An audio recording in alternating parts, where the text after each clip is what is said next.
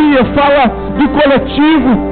A água virá sobre o sedento, sobre o individual, sobre aqueles que clamarem, que quiserem. Mas antes de tudo, o temor precisa ser restaurado. Nessa noite precisa haver uma metanoia. Nessa noite precisa haver uma transformação na nossa mente acerca da importância de estarmos na presença do Senhor. Nessa noite precisa ser restaurado o temor nas nossas vidas. Quando estivermos cultuando ao Senhor, quando estivermos servindo ao Senhor em seu culto, precisamos ter o temor aflorado, avivado nas nossas vidas. Irmão, você precisa fazer esse serviço, esse trabalho com você. Quando você estiver saindo já da sua casa, você já tem que começar a se livrar das suas preocupações, das suas ansiedades. Fique ligado quando você chegar aqui no culto ao Senhor, porque muitas coisas vão querer roubar a sua atenção, só para o seu corpo físico estar aqui.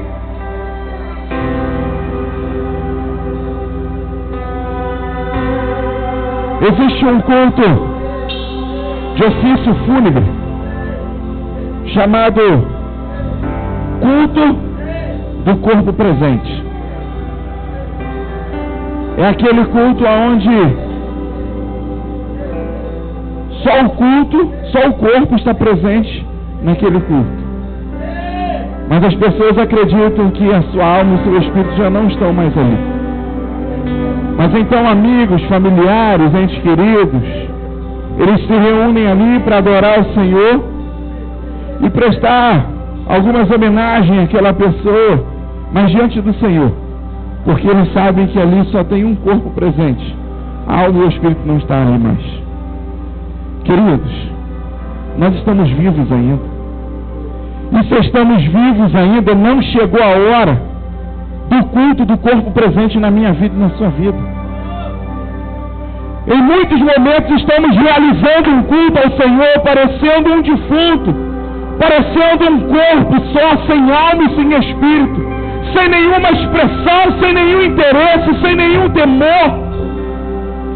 E na verdade o culto que o Senhor quer é o culto chamado em espírito e em verdade. E um corpo só não é capaz de fornecer um culto em espírito e em verdade. Para que um culto seja de fato verdadeiro, o nosso espírito precisa estar envolvido, a nossa alma precisa estar envolvida, precisa estar entregue. E o nosso corpo, ele vai só obedecer o que a alma, o que o espírito estiverem anelando, entronizando com o Senhor. A aliança que está sendo feita ali com o espírito e com a alma, o nosso corpo vai só obedecer expressando, às vezes cantando, às vezes batendo palmas, às vezes pulando, às vezes chorando, às vezes gritando, às vezes ficando quieto, às vezes derramando uma lágrima, às vezes caindo de joelhos, mas obedecendo o que a nossa alma e o nosso espírito vai estar fazendo. Nessa noite, em nome de Jesus, eu desafio a você a decretar um fim no culto do corpo presente, no culto de ofício fúnebre, porque nós estamos vivos. Respira fundo aí, meu irmão, respira fundo aí, minha irmã. Tudo que tem fôlego, ouve ao Senhor. E se vocês têm fôlego, se você ainda tem fôlego, você precisa louvar o Senhor, você precisa adorar o Senhor, você precisa ter temor ao Senhor diante da oportunidade que é estar em sua presença. Senhor, foi roubado de nós o temor, Pai. Foi roubado de nós a expectativa, Senhor. Foi roubado de nós a alegria, o agrado, Pai, de estar na sua presença, Pai, te cultuando, Senhor. Muitas das vezes, pelo fato de hoje podermos entrar na sua presença no nosso quarto mesmo, no nosso trabalho, na rua, no trânsito, Pai, temos liberdade de entrar na sua presença em qualquer lugar. Na verdade, esse privilégio deveria ter ampliado, Senhor, o nosso vínculo de intimidade contigo. Mas olhamos, ó Pai, para a história do passado e vemos que é exatamente o contrário. Vemos homens que entravam na sua presença uma vez só por ano, mas eram homens que realizavam grandes obras através de Ti, Senhor. Grandes obras através do Senhor, Pai. E nós que temos hoje, Pai, o privilégio de entrar na Sua presença em qualquer hora, em qualquer lugar, fazer do nosso quarto o Santo dos Santos, fazer da nossa casa o Santo dos Santos, fazer do nosso trabalho o Santo dos Santos, fazer da mesa do almoço e do café da manhã o Santo dos Santos, ó Pai. Nós temos nos esquecido desse privilégio, Pai. Ah, Deus, e nós que temos a oportunidade de fazer de um culto como esse, Pai, o Santo dos Santos, ó Pai. Ah, Deus, tantas vezes ficamos indiferentes, ó Pai. Ficamos dispersos, ficamos ocupados com tantas coisas, ó Pai, e não Te entregamos o devido culto, Pai. O culto verdadeiro, o culto através do nosso espírito, da nossa alma, Pai. Mas nessa noite, Pai, em nome de Jesus, nós Te pedimos, ó Pai, de mãos dadas, ó Pai, simbolizando a unidade, Senhor, nesse pensamento, Pai. Nós clamamos ao Espírito Santo de Deus, devolva, Pai, o temor de Te adorar, Pai. Devolva a alegria de estar na Sua presença, Pai. Devolva o entendimento e o sentimento, ó Pai, de expectativa, Senhor, de estar na Sua presença, Pai. Nos ensine a fazer, Pai, de cada oportunidade o Santo dos Santos, ó Pai.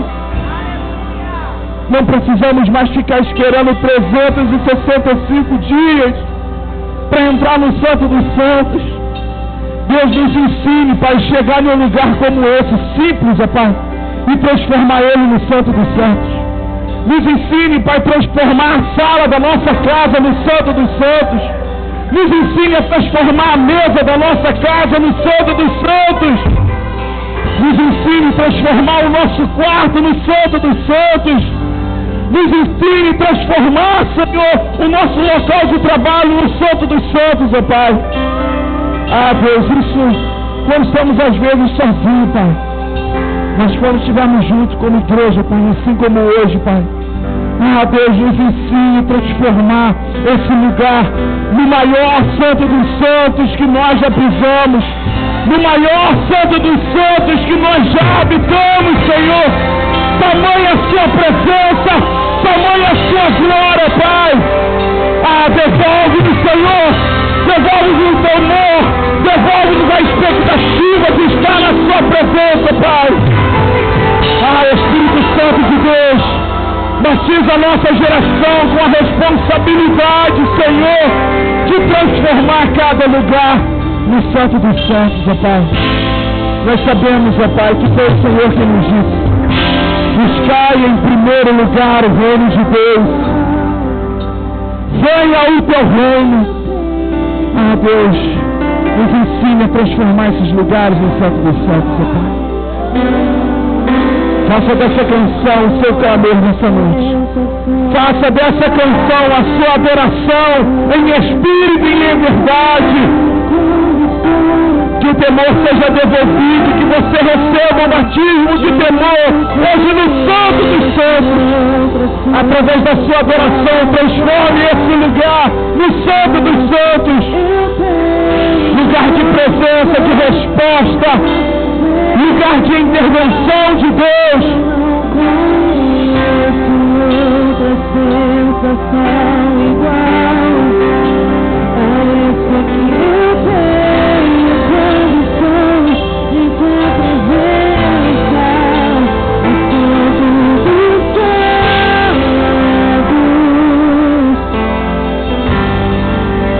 na sala do trono,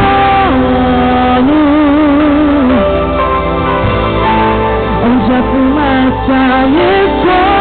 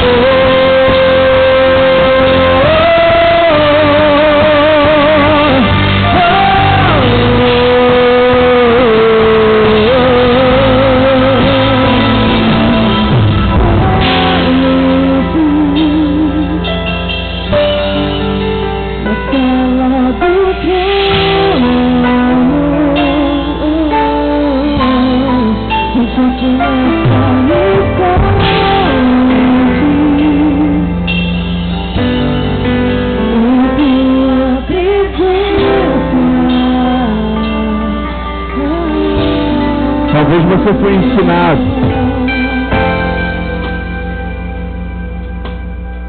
que depois da morte e ressurreição de Jesus, o Santo dos Santos acabou. Quem te ensinou isso, querido? Cometeu um grande erro. Inclusive, deveríamos até orar para pedir perdão a Deus pela vida dessa pessoa que te ensinou esse conceito errado. E pedir perdão por esse entendimento também. O Santo dos Santos não acabou. Quando o véu foi rasgado, o Santo dos Santos foi ampliado, irmão. Se ele tivesse acabado, não se encontraria a presença de Deus em lugar nenhum mais. Mas é claro, é nítido que foi ampliado, que em qualquer lugar que ele for adorado, que ele for invocado agora, ele é achado, ele é encontrado. O Santo dos Santos não acabou, ele foi ampliado. E entenda agora a sua responsabilidade nisso. Antes tinha uma pessoa chamada sumo sacerdote, que ele era responsável em fazer todo um serviço de adoração para que a presença de Deus viesse ali naquele lugar. Agora não tem mais esse cara, não tem mais essa pessoa, não tem mais essa figura. Agora você tem essa responsabilidade. É por isso que você tem a responsabilidade de transformar a sua casa no Santo dos Santos. É por isso que você tem a responsabilidade de transformar a sala da sua casa, o quarto da sua casa, a mesa da sua casa no Santo dos Santos. E é por isso que quando nós nos unimos, olha quantos sacerdotes tem aqui, nós temos a responsabilidade de transformarmos esse lugar no maior Santo dos Santos que nós já tivemos. Se nós entendermos acerca da adoração ao Senhor, se nós fizermos isso com temor, com responsabilidade, é possível transformar cada lugar que estivermos no Santo dos Santos, no lugar da presença de Deus, no lugar da resposta de Deus, na sala do conselho, no lugar aonde vem a cura, no lugar aonde vem o renovo, no lugar aonde vem a esperança, no lugar aonde vem o refrigério de Deus. E você hoje é o responsável, meu irmão e minha irmã, em transformar esse lugar, esse ambiente onde você está, nesse Santo dos Santos. Deus, em nome de Jesus, eu oro, Pai, pela vida de cada um dos teus filhos e das tuas filhas, Pai. Que nessa noite seja devolvido, Deus, o temor, a responsabilidade, a expectativa, Senhor, de ser estar na sua presença, Pai. Ah, Deus, e aproveitar cada segundo, aproveitar cada minuto, Senhor, diante da sua presença, Pai. Ah, Deus, às vezes nós falamos tanto da religiosidade, Deus, e acabamos sendo religiosos. Ah, Deus, o fato de, às vezes, nos reunirmos uma vez por semana, o fato de terem tantas reuniões, tantas oportunidades, Senhor, muitas das vezes nós nos acostumamos com a sua presença, nos acostumamos com o seu altar, nos acostumamos com o Santo dos Santos, ó Pai. Nos acostumamos com o serviço que prestamos ao Senhor, Pai. E esquecemos, ó Pai, que cada dia é novo. E que a sua palavra se renova em cada um desses dias. E que o nosso temor, a nossa esperança, Deus. E que também, Senhor, a nossa expectativa de estar diante do Senhor, Pai, te servindo em espírito e em verdade, precisa também ser renovado, Pai. Ah, Deus, não nos permita, Senhor, ser esses odres velhos, ó Pai, que vão se enrijecendo, que vão se endurecendo, Pai, e não podendo mais receber novos vinhos da parte do Senhor, só servindo para guardar os vinhos velhos, ó Pai, e quando eles acabarem, Senhor, os odres não têm mais função nenhuma, Deus.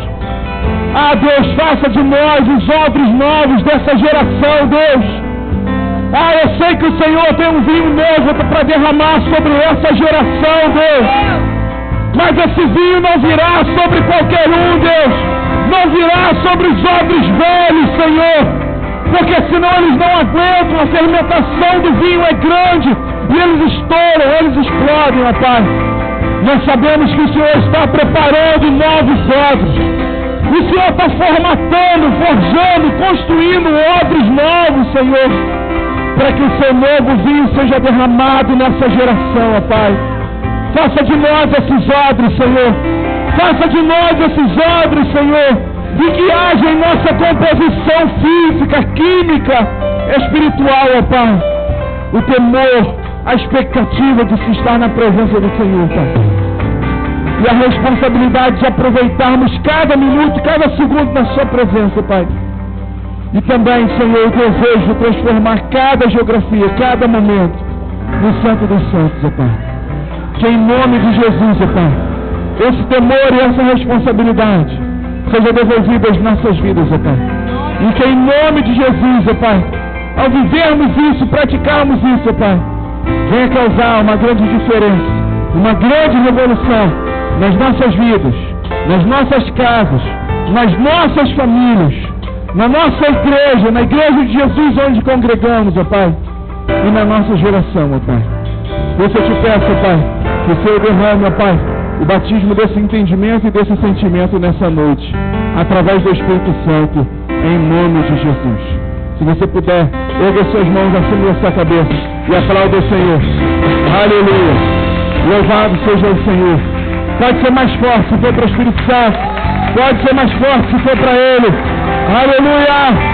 Louvado seja o Senhor. Aleluia! Glória a Deus. Antes de sentar, dê um abraço aí em pelo menos 5 pessoas.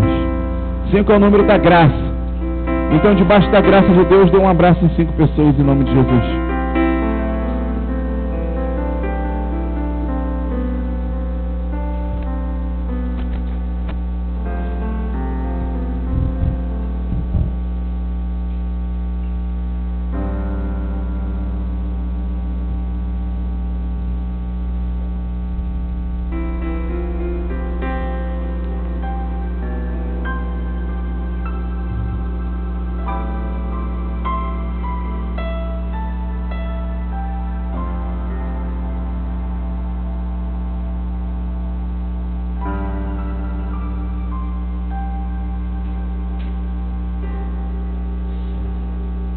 Que a graça e a paz do Senhor Jesus seja sobre a sua vida.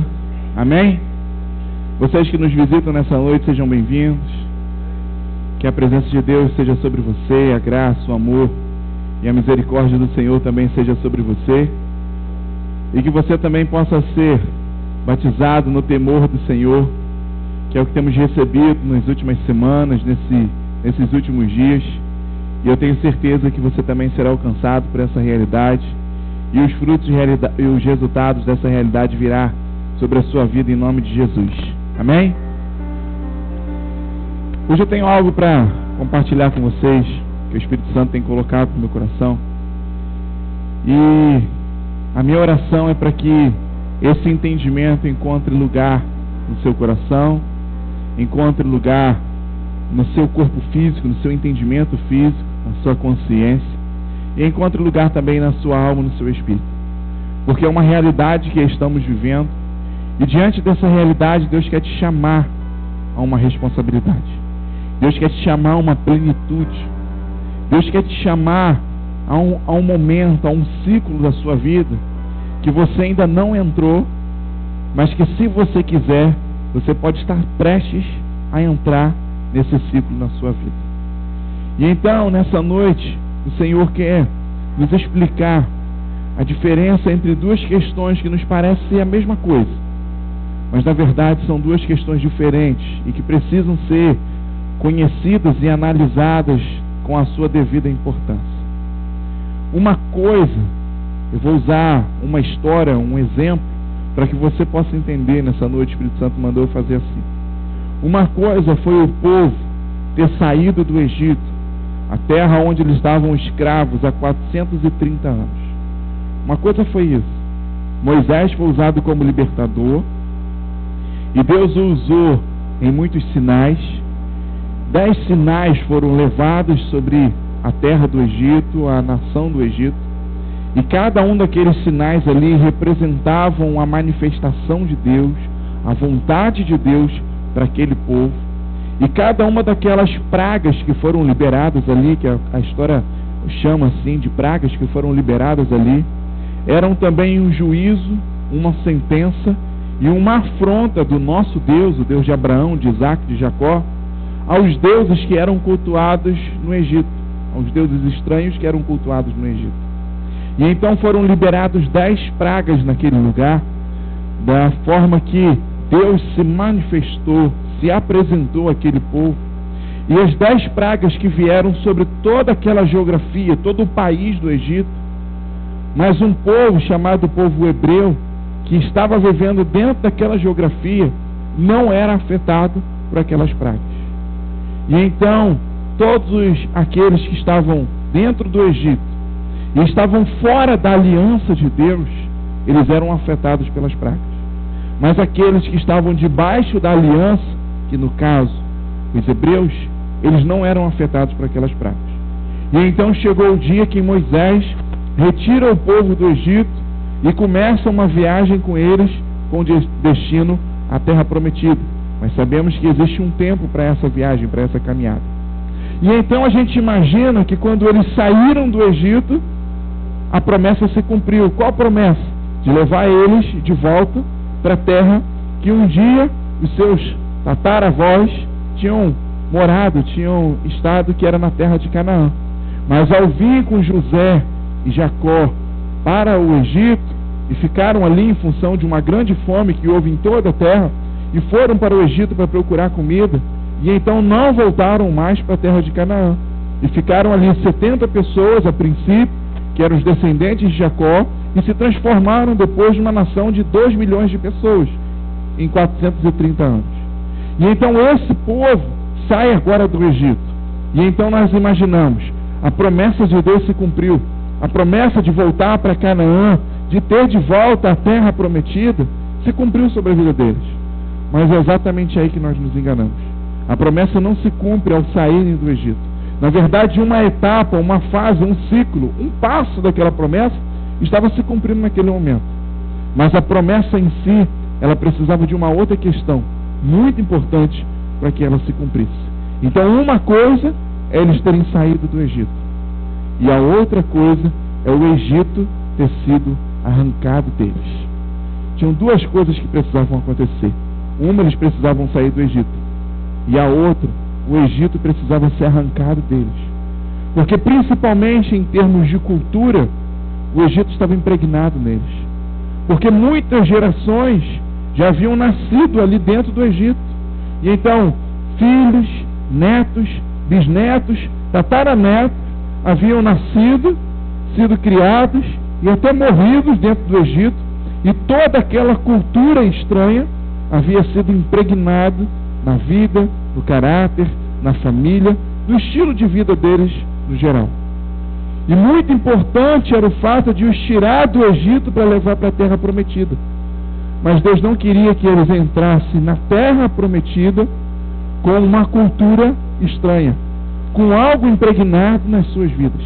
E então Deus usou de uma geografia e Deus usou de um tempo para remover toda aquela herança que estava sobre a vida deles. E essa geografia foi o deserto, e esse tempo foram 40 anos que Deus usou para que todo esse processo de transformação acontecesse na vida daquele povo. Abra sua Bíblia, por favor, no livro de Êxodo, lá no capítulo 3.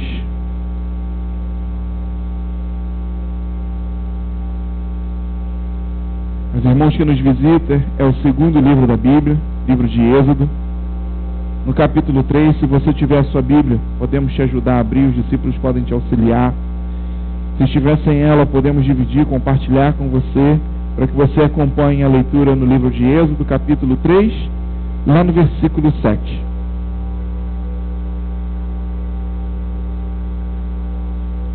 Todos acharam, amém? Vamos lá.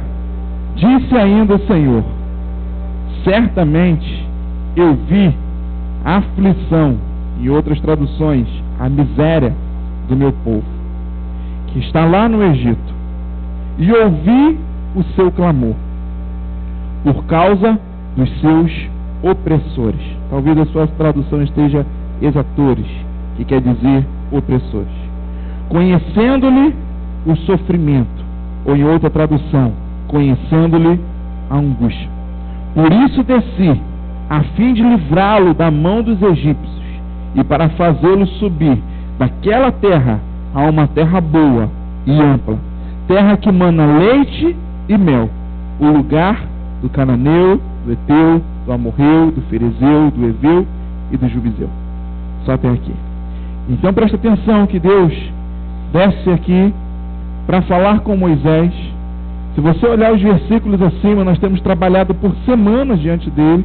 Aqui é aquele momento onde Moisés está diante da sarça pegando fogo, e ali quando aquela sarça queimava, Moisés se aproxima, e Deus responde mandando ele tirar a sandália para se aproximar, e Moisés se aproxima, e Deus fala: eu sou o Deus do seu pai, Deus de Abraão, de Isaac, de Jacó. E então Moisés é tomado por um temor muito grande, cai de joelhos com o rosto no chão, e fica com medo de mostrar o seu rosto, de olhar o rosto do Senhor, de olhar a face do Senhor. Tamanho temor que ele foi tomado. E então esse homem, diante desse temor, ele recebe um chamado, ele recebe uma missão. Foi a partir do momento que Deus conseguiu ver, enxergar o tamanho temor na vida de Moisés, que ele compartilha esse projeto, essa missão, esse projeto, esse propósito de retirar o povo daquela terra, daquele regime de escravidão. Então presta atenção, queridos. Deus tem uma grande obra para fazer no Brasil, na nossa geração, no Rio de Janeiro, em Macaé. Sim ou não? Deus tem uma grande obra para fazer. Mas muitas das vezes essa obra, ela é aguardada, ela é perpetuada, ela é postergada, porque Deus está aguardando homens e mulheres tementes. Olha aqui comigo no versículo anterior, no versículo 6. Disse mais: eu sou o Deus do teu pai, o Deus de Abraão, o Deus de Isaac, o Deus de Jacó. E Moisés escondeu o rosto, porque temeu olhar para Deus. Em outras versões, em outras traduções, diz que Moisés foi tomado por tremendo temor sobre a sua vida. Meu irmão, um homem que teme a Deus recebe projetos de Deus. Um homem que teme a Deus é considerado a partir dali um homem de confiança de Deus. E Moisés foi um grande homem de confiança de Deus. No entanto, que Deus revelou para Moisés, para compartilhar para todo o povo, por gerações e gerações e gerações, até chegar a mim e a você, história que ele não revelou para mais ninguém, informações, conhecimento, sabedoria que ele não revelou para mais ninguém. Para você ter ideia, ele foi o autor dos 5 livros que trazem um fundamento, que trazem um patamar para o evangelho que nós vivemos hoje.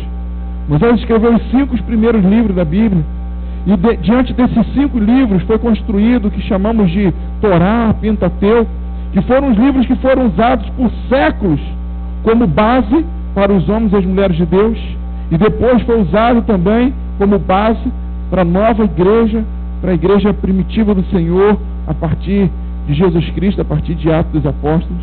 E então foi um homem que foi considerado um homem de confiança. Não é à toa que o apóstolo Paulo cita ele como um dos heróis da fé. Foi considerado um homem com uma imensa ligação com Deus. Foi considerado um homem tão importante que ele recebeu uma missão que há 430 anos estava se aguardando para que ela fosse executada. E a minha pergunta é, olha aqui no versículo 7, diz assim: disse ainda o Senhor, certamente eu vi a aflição, a miséria do meu povo que está no Egito, e ouvi o seu clamor por causa dos seus opressores.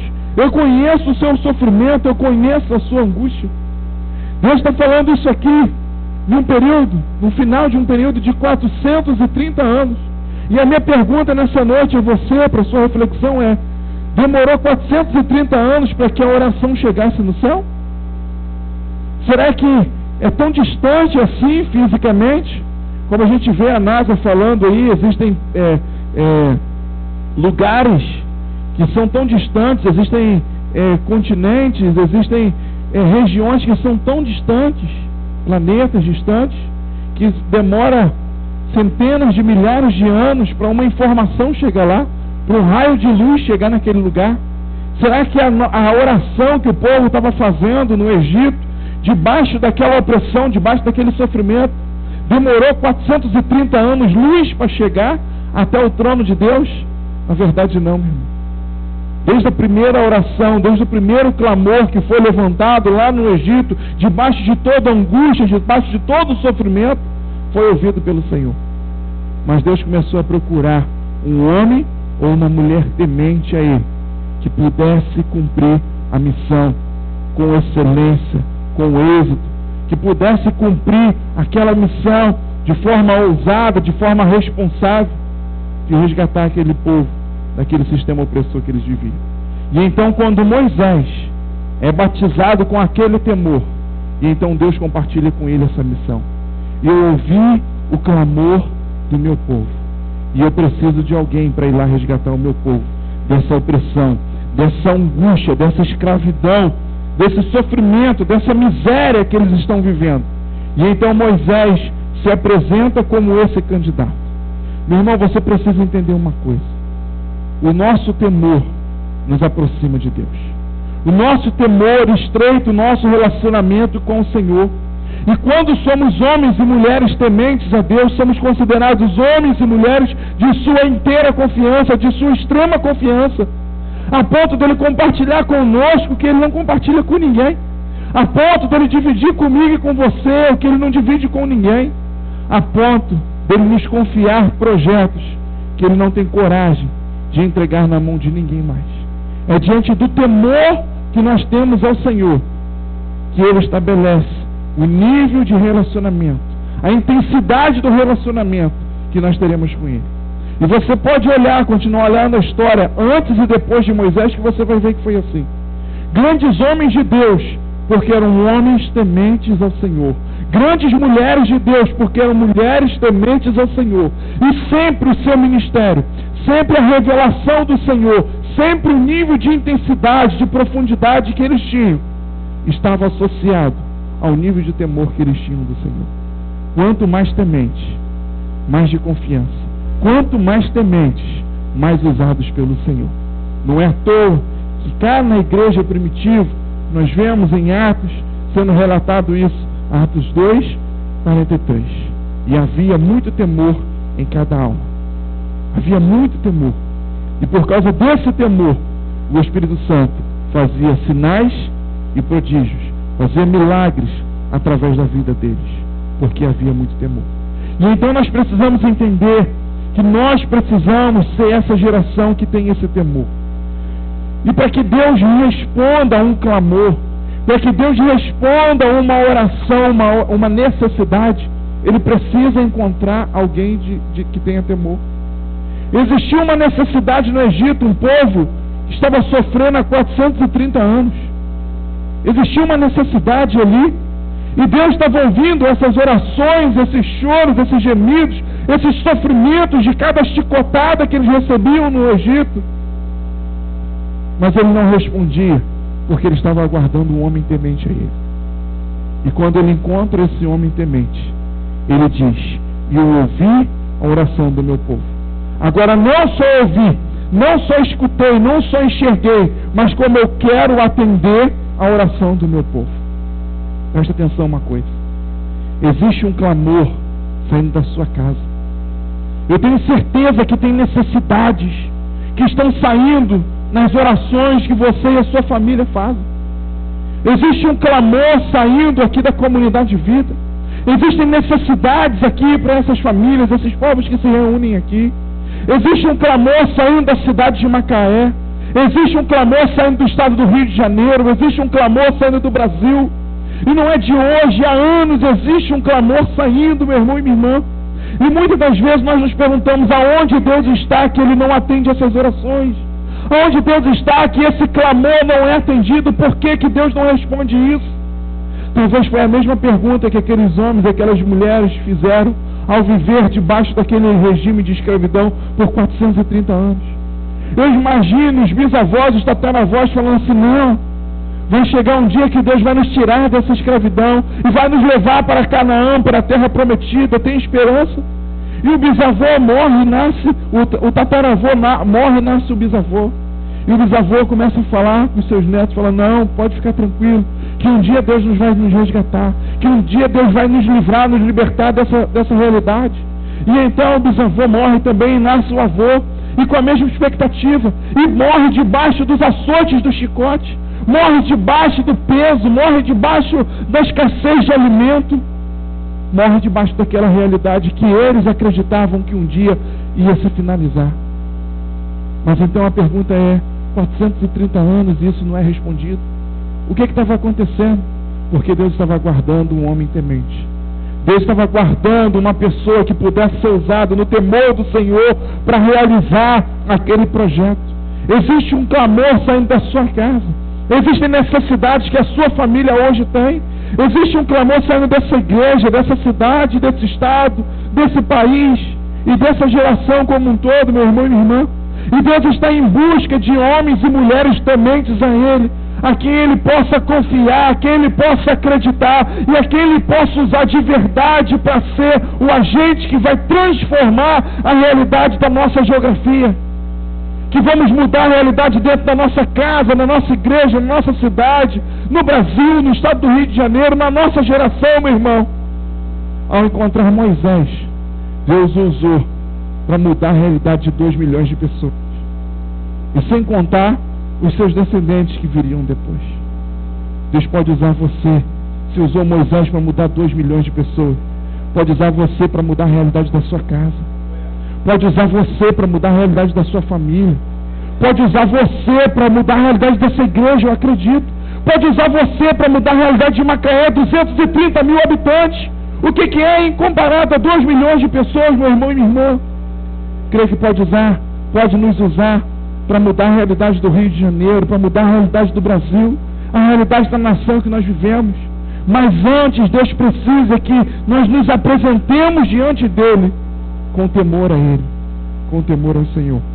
Deus está em busca de homens e mulheres tementes, para que atenda à aflição do seu povo, para que atenda à miséria, à opressão, à angústia, ao sofrimento. Eu tenho certeza que você não precisa se esforçar muito. Se você olhar de rabo de olho para a sua direita, para a sua esquerda, não só agora, mas ao passar pela rua, ao chegar em casa, ao chegar no seu trabalho, se você der uma simples olhada para a direita, para a esquerda, você vai encontrar pessoas que estão vivendo em aflição. Você vai encontrar pessoas que estão vivendo em miséria, que estão vivendo em opressão, em angústia, em sofrimento. Exatamente o que Deus relatou para Moisés com relação ao seu povo que estava preso naquela terra. Existem pessoas presas às drogas, à prostituição, a tantas outras questões que inclusive são até consideradas normais por essa sociedade. Muitos consideravam normal viver no Egito debaixo do regime de escravidão, até porque Faraó foi tão bonzinho que deu 20% para eles de tudo que eles produziam.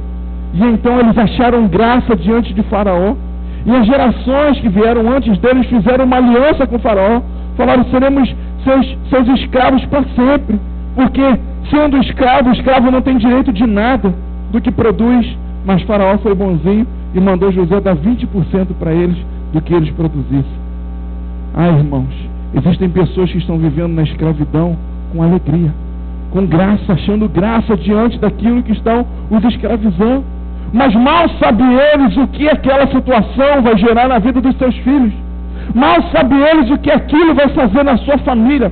Mal sabem eles o quanto aquilo vai ser potencializado e vai destruir os seus filhos e os seus netos anos depois, inclusive até quando eles não estiverem vivos mais. Pessoas que acham normal beber uma cervejinha, pessoas que acham normal beber o seu vinho na sua casa, com a sua família, levar os seus filhos para um bar e beber, mas não tem ideia do nível de opressão que gerações e gerações depois dele pode ser um alcoólatra. Pessoas que acham normal apoiar a depravação que essa sociedade tem vivido, mas mal sabem eles que as gerações que vier depois dele possam estar debaixo dessa opressão. Meus irmãos, aquela geração vivia um tempo de angústia, de aflição, de miséria, de sofrimento. E Deus precisava de alguém temente para libertar aquele povo. Eu tenho certeza que na sua família existem realidades como essa. Eu tenho certeza que no seu trabalho existem realidades como essa. Eu tenho certeza que na sua vizinhança tem realidades como essa. E Deus quer te usar para mudar a realidade desse povo, dessas pessoas. Mas antes precisa ter uma aliança com você. E o nome dessa aliança se chama temor. Uma aliança de temor, a qual Ele possa confiar, acreditar em você e te conceder o privilégio de ser usado por Ele. Meu irmão, nós precisamos ser pessoas tementes ao Senhor. E o Senhor tem ministrado no meu coração: filho, nós temos pessoas que já são tementes a mim no nosso meio. Deus mandou eu começar a prestar atenção, olhar. Ele começou a compartilhar comigo alguns sinais. Ele falou: já tem. Porque eu comecei a entrar nesses dias em uma preocupação muito grande. Falei: Senhor, cadê os tementes? Onde eles estão? E o Senhor começou a acalmar o meu coração, porque em momentos eu achei que a gente estava em extinção completa. Somos poucos, mas existem homens e mulheres tementes ao Senhor. E Ele começou a me dar alguns sinais para ver esses homens e essas mulheres tementes.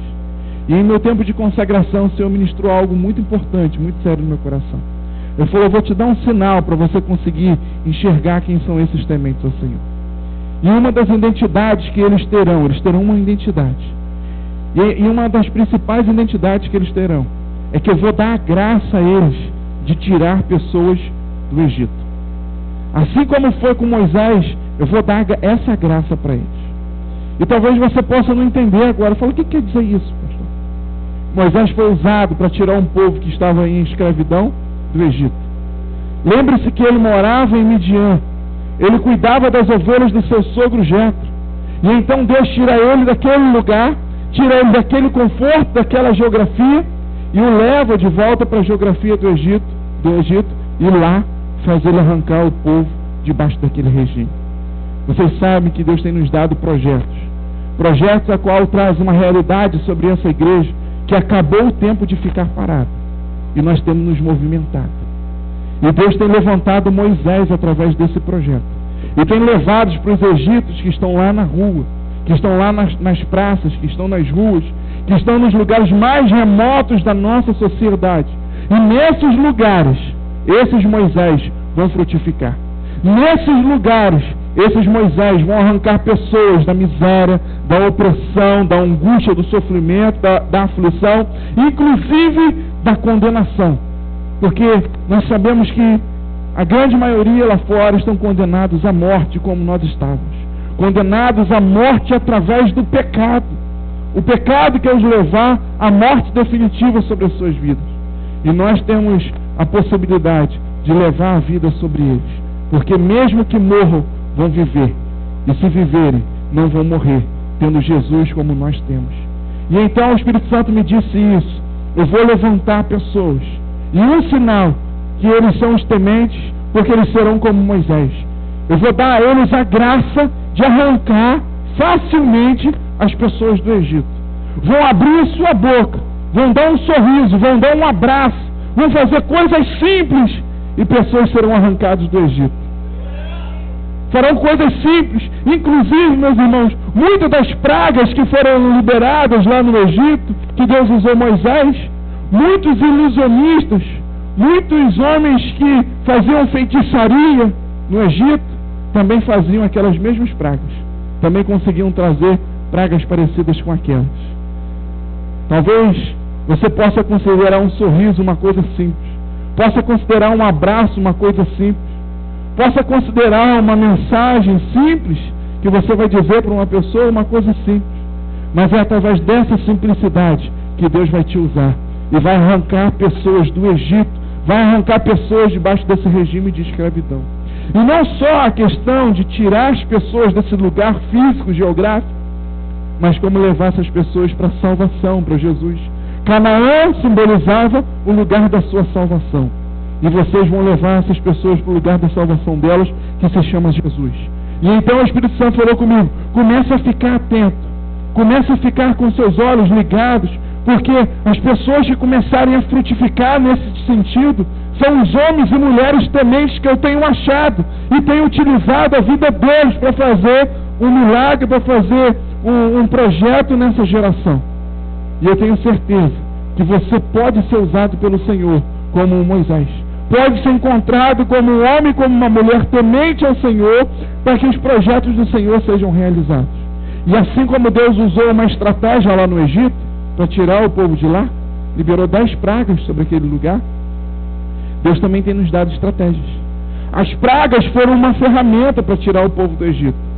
E o Senhor também tem nos dado ferramentas para tirar o povo desse Egito, dessa opressão. E vocês sabem de algumas ferramentas que nós já temos aqui, chamado Reviva o Movimento. Nós temos uma ferramenta chamada Casa de Paz. Nós temos uma ferramenta chamada Casa de Milagres. São ferramentas que o Senhor nos deu como estratégias para arrancar o povo dessa opressão. Mas muitas das vezes nós estamos indiferentes diante dessas ferramentas. O povo não podia ficar indiferente diante das pragas que foram liberadas sobre o Egito, porque aquele era o sinal, aquela era a ferramenta para arrancar o povo daquele lugar. Por isso nós precisamos nos envolver com essas ferramentas. Por isso nós precisamos nos envolver com esses projetos. Porque quem não é temente a Deus não está entendendo. E está ali com o seu coração humano, rejeitando, endurecendo o seu coração como o faraó ficou, e se impedindo de se envolver e participar nessa realidade que Deus está trazendo. Muitas das vezes você está se distanciando dessa realidade, não se envolve com revival, não se envolve com casa de paz, não se envolve com casa de milagres. E muitas das vezes isso está acontecendo porque você não tem temido ao Senhor, você não tem entendido o que o Senhor tem feito nesse tempo e nessa geografia. Mas eu creio que a partir dessa noite você vai entender que há todo um mover no mundo espiritual, que há toda uma manifestação no mundo espiritual. Antes que as pragas chegassem fisicamente no Egito, Deus chamava Moisés no particular e falava para Moisés: Moisés, vai acontecer assim, assim e assado. Você vai falar isso, você vai fazer isso, você vai agir dessa forma. E então Moisés chegava diante de Faraó, Moisés chegava diante do povo e determinava para eles como ia acontecer. Deus tem me usado para trazer projetos na vida de vocês. Deus tem usado os pastores dessa igreja, os líderes dessa igreja, para trazer os projetos para vocês. O fato de não acreditar, o fato de não se envolver, denuncia a sua falta de temor. Denuncia que você não acredita nos homens e mulheres de Deus, que Deus tem se relacionado e tem trazido a sua vontade, os seus planos, os seus projetos para esse tempo. Mas à medida que você começa a temer o Senhor, você começa a entender o agir de Deus naquele lugar, naquela geografia, naquele tempo, e você começa a se envolver com o que Deus está trabalhando. Meu irmão, fique atento, porque Deus tem usado de ferramentas. E o fato de você não se envolver com as ferramentas só denuncia uma coisa na sua vida: está faltando temor a Deus na minha vida. E eu creio que essa é a noite de restaurar o temor e de ser encontrado por Deus como um homem e uma mulher temente ao Senhor, que vai ser usado para resgatar pessoas na sua família, na sua geografia, no seu trabalho, na sua igreja e nesse mundo que nós vivemos, porque Deus quer te usar.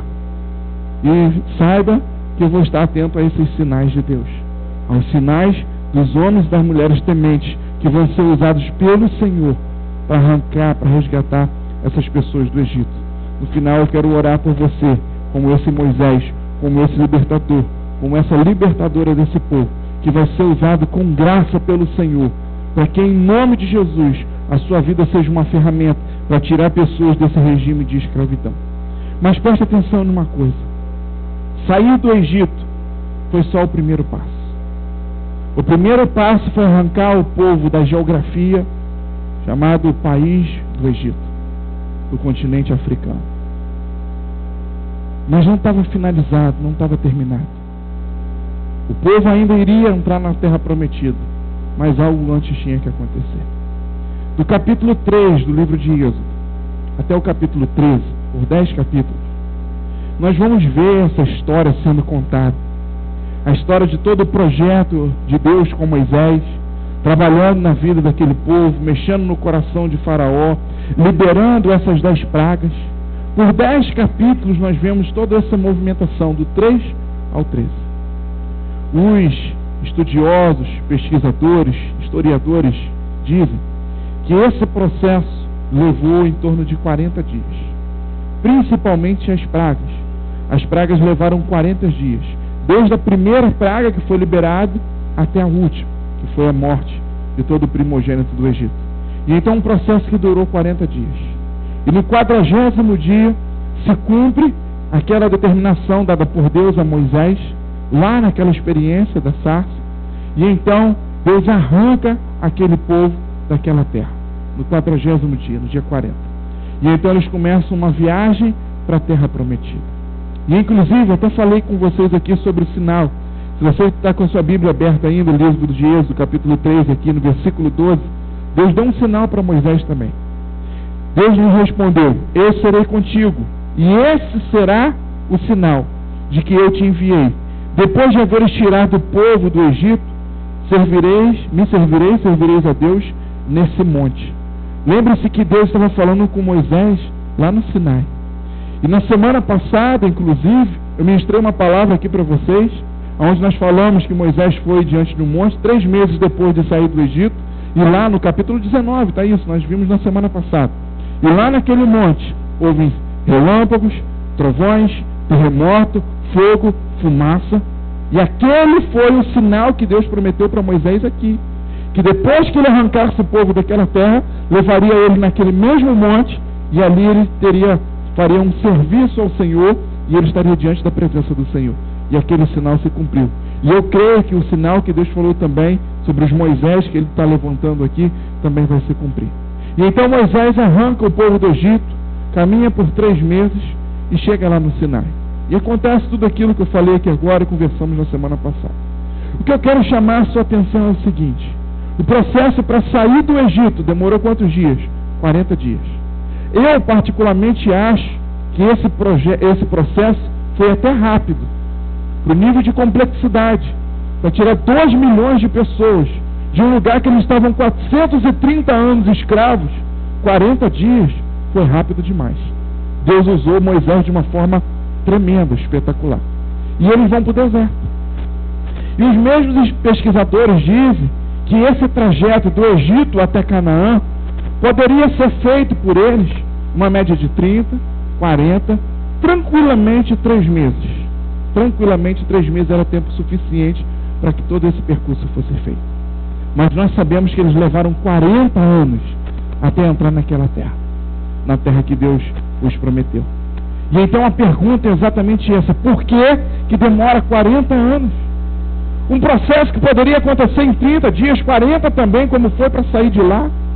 3 meses sendo muito modesto, considerando os idosos, as crianças, as dificuldades imprevistas que aconteceriam no meio do caminho. Mas muitas pessoas já fizeram esse trajeto antes e depois desse fato, e o tempo foi muito menor.